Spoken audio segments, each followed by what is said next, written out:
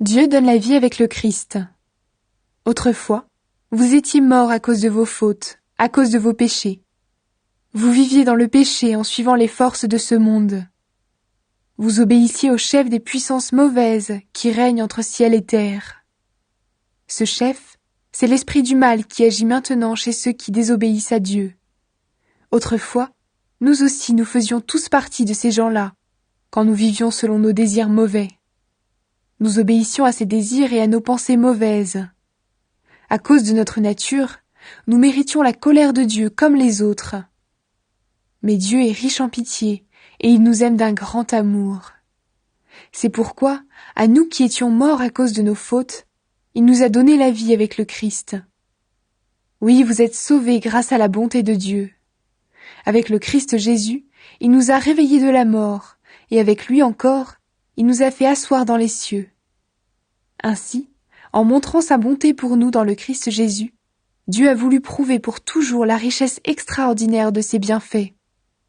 En effet, vous êtes sauvés grâce à la bonté de Dieu, et parce que vous croyez. Cela ne vient pas de vous, c'est Dieu qui vous donne le salut. Ce salut ne vient pas de vos actions à vous, dont personne ne peut se vanter. Oui, c'est Dieu qui nous a fait. Il nous a créés dans le Christ Jésus pour que nous menions une vie riche en actions bonnes. Et ces actions, Dieu les a préparées pour que nous les fassions. Grâce à la mort du Christ, Juifs et non-Juifs forment un seul peuple. Les Juifs portent la marque de la circoncision sur leur corps, et ils aiment s'appeler les circoncis. Vous qui n'êtes pas Juifs de naissance, vous ne portez pas cette marque sur votre corps, et ils vous appellent les non-circoncis. Eh bien, rappelez-vous ce que vous étiez autrefois. Vous étiez sans Messie. Vous n'aviez aucun droit dans le peuple d'Israël. La promesse faite par Dieu dans ses alliances avec son peuple n'était pas pour vous.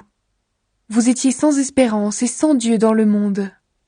Mais maintenant, dans le Christ Jésus, vous qui étiez loin, vous êtes devenus proches par le sang du Christ.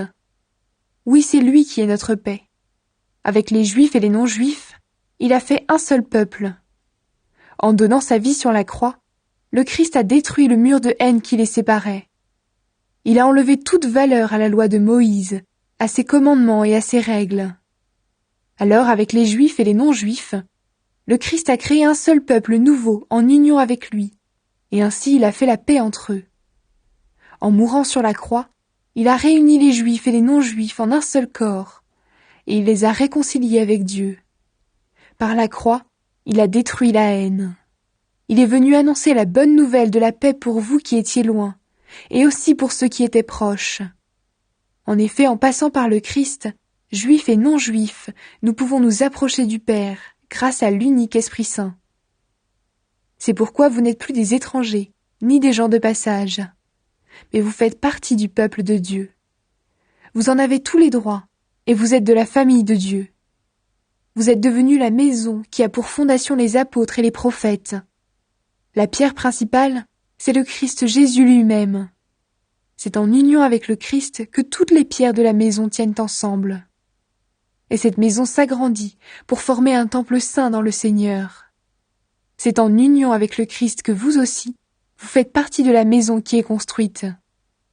Et vous formez avec tous les autres un lieu où Dieu habite par son esprit. Paul annonce le mystère que Dieu réalise par le Christ.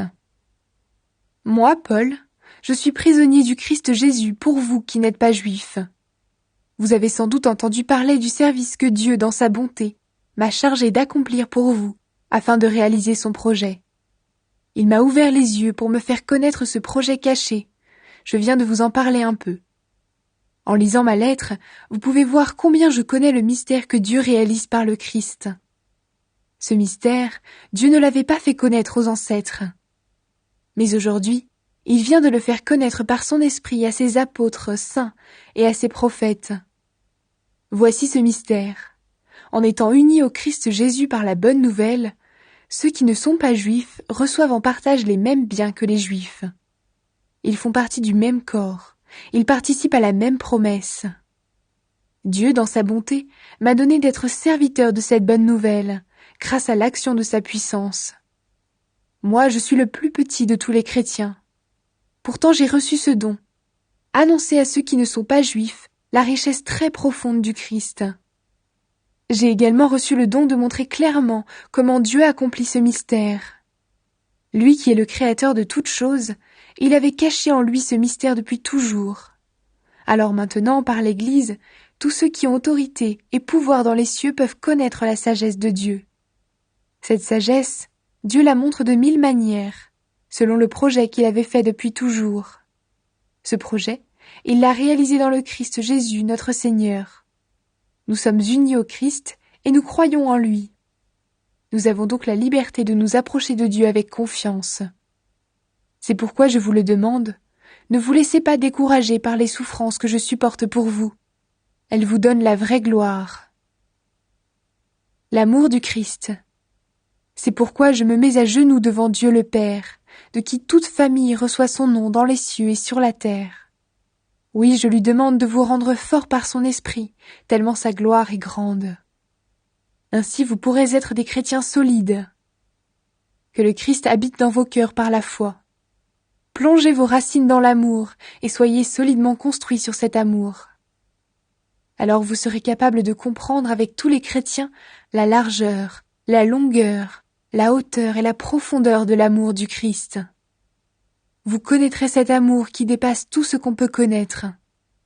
Vous recevrez toute la vie de Dieu et il habitera totalement en vous. Dieu agit en nous avec puissance et quand nous lui demandons quelque chose, il peut faire beaucoup plus. Oui, sa puissance dépasse tout ce qu'on peut imaginer. À lui la gloire dans l'Église et par le Christ Jésus, dans tous les temps et pour toujours. Amen. L'unité de l'Église est dans le Christ. Voici ce que je vous demande avec force, moi qui suis prisonnier pour le Seigneur. Vivez en accord avec l'appel que vous avez reçu de lui. Soyez simples, doux et patients. Supportez-vous les uns les autres avec amour. Cherchez toujours à rester unis par l'Esprit Saint. C'est lui qui vous unit en faisant la paix entre vous. Il y a un seul corps et un seul Esprit Saint. Dieu vous a appelé aussi à une seule espérance. Il y a un seul Seigneur, une seule foi, un seul baptême. Il y a un seul Dieu et Père de tous. Il est au-dessus de tous. Il agit par tous. Il habite en tous. Dieu nous a donné ses bienfaits, mais le Christ a mesuré à chacun sa part. Dans les livres saints, on lit « Quand il est monté très haut, il a emmené des prisonniers, il a fait des dons aux êtres humains. » Il est monté. Qu'est-ce que cela veut dire? Avant de monter, le Christ est d'abord descendu dans les régions les plus profondes de la terre. Celui qui est descendu, c'est aussi celui qui est monté plus haut que tous les cieux. Ainsi il a pu remplir le monde entier. Voici les dons que le Christ a faits. Les uns ont reçu le don d'être apôtres, ou bien d'être prophètes, ou bien d'annoncer la bonne nouvelle. D'autres ont reçu le don de conduire le peuple de Dieu, ou encore d'enseigner. Par ces dons, le Christ a voulu former ceux qui appartiennent à Dieu. Ainsi ils peuvent accomplir leur service de chrétiens pour construire le corps du Christ. Alors tous ensemble, nous aurons peu à peu une même foi et une même connaissance du Fils de Dieu. Finalement, nous serons des chrétiens adultes et nous atteindrons la taille parfaite du Christ.